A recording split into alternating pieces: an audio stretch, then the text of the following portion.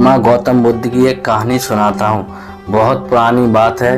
मगध राज्य में एक सोनापुर नाम का गांव था। उस गांव के लोग शाम होते ही अपने घरों में आ जाते थे और सुबह होने से पहले कोई भी घर से बाहर कदम भी नहीं रखता था।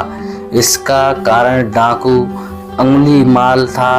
डाकू अंगुलीमाल मगध के जंगलों की गुफा में रहता था।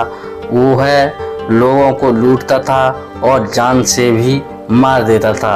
लोगों को डराने के लिए वह जिसे भी मारता था उसकी एक उंगली काट लेता था और उन उंगलियों को माला बनाकर पहनता, इसलिए उसका नाम डाकू अंगुलीमाल पड़ा। गांव के सभी लोग परेशान थे, कैसे इस डाकू के आतंक से छुटकारा मिले। एक दिन गौतम बुद्ध उस गांव में आए।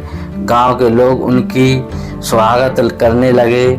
गौतम बुद्ध ने देखा कि गांव के लोगों में किसी बात को लेकर दहशत फैली हुई है। तब गौतम बुद्ध ने गांव वालों से इसका कारण पूछा। यह सुनते ही गांव वालों ने डाकू अंगुलीमाल के आतंक का पूरा किस्सा उन्हें सुनाया। अगले ही दिन गौतम बुद्ध ने जंगल की तरफ निकल गए। गांव वालों ने उन्हें बहुत रोका पर वो नहीं माने। बुद्ध को आते ही देख डाकू अंगुलीमाल हाथों में तलवार लेकर खड़ा हो गया, पर बुद्ध उसकी गुफा के सामने से निकल गए।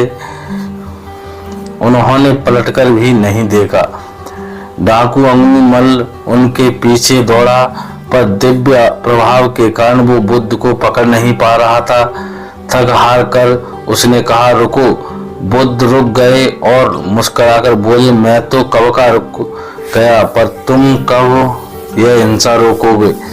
डाकू अंगुलीमाल ने कहा, सन्यासी, तुम्हें मुझसे डर नहीं लगता? सारा मगध मुझसे डरता है। तुम्हारे पास जो भी माल है निकाल दो, वरना जान से हाथ धो बैठोगे। मैं इस राज्य का सबसे शक्तिशाली व्यक्ति हूँ।